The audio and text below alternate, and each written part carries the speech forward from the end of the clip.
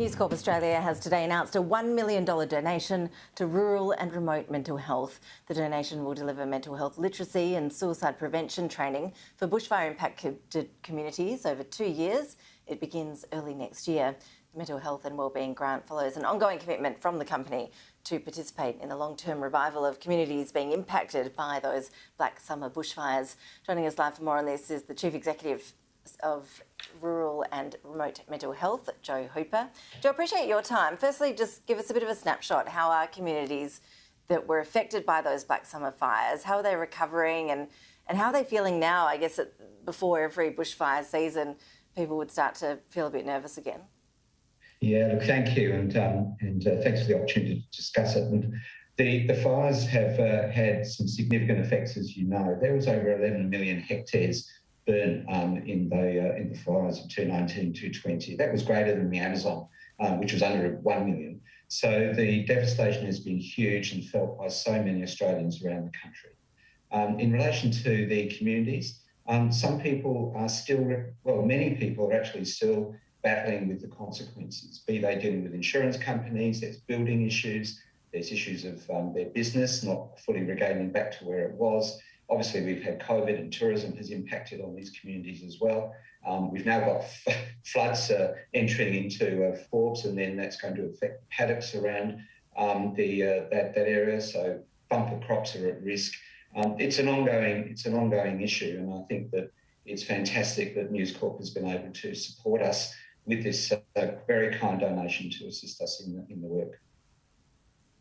Joe, I mentioned that the funding will help provide mental health literacy. Is that sometimes half the battle, actually getting people to identify in the first place that they need to seek help on that front?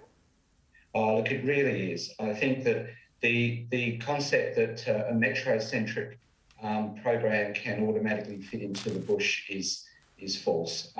People need an opportunity to discuss their mental health and reduce that stigma. And part of our programs are really focused on trying to encourage those early conversations, early discussions with colleagues, friends, to take away the stigma that surrounds mental health. And this is gradually happening, but people just need a safe environment to do that, and especially in rural towns. In rural towns where everybody knows everybody's business.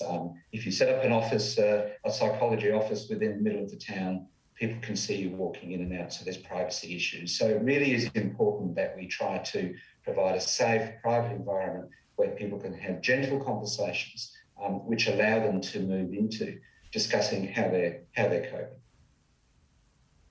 It's a tricky thing to talk about, but have we actually seen a spike in suicides in these communities since the fires, or has the support that has been put in place, and there have been a lot of resources sent to these communities, I know, to try and help on this front, have those support systems helped to avoid that sort of outcome? Look, I think, and you're right, there's been some fantastic initiatives and money thrown at the towns to try and provide some support. In relation to the suicide numbers, you would have heard in the news recently around the drop in suicide nationally, but there are pockets where there have been increases. Northern Territory is an example, and there are others. There's also communities where we've seen spikes in suicide. So it's not a black and white answer in relation to how the fires have impacted on mental health as a global discussion. But we certainly do see and understand that the importance is to actually encourage early identification of where the stresses are and try to encourage people to actually open up, firstly with their friends. Half of the people who commit suicide, for example, don't seek professional help. They don't actually reach out. And part of our task is to actually encourage people to identify within themselves those early signs that they just might need to have a chat. Joe Hooper, I appreciate you joining us. Thank you for that. Thank you for the work you're doing in this space. We all hope that some of these communities that have been doing it so tough over the past couple of years, that things start to look brighter soon. Yeah, absolutely. And thanks again for the opportunity to raise the issue.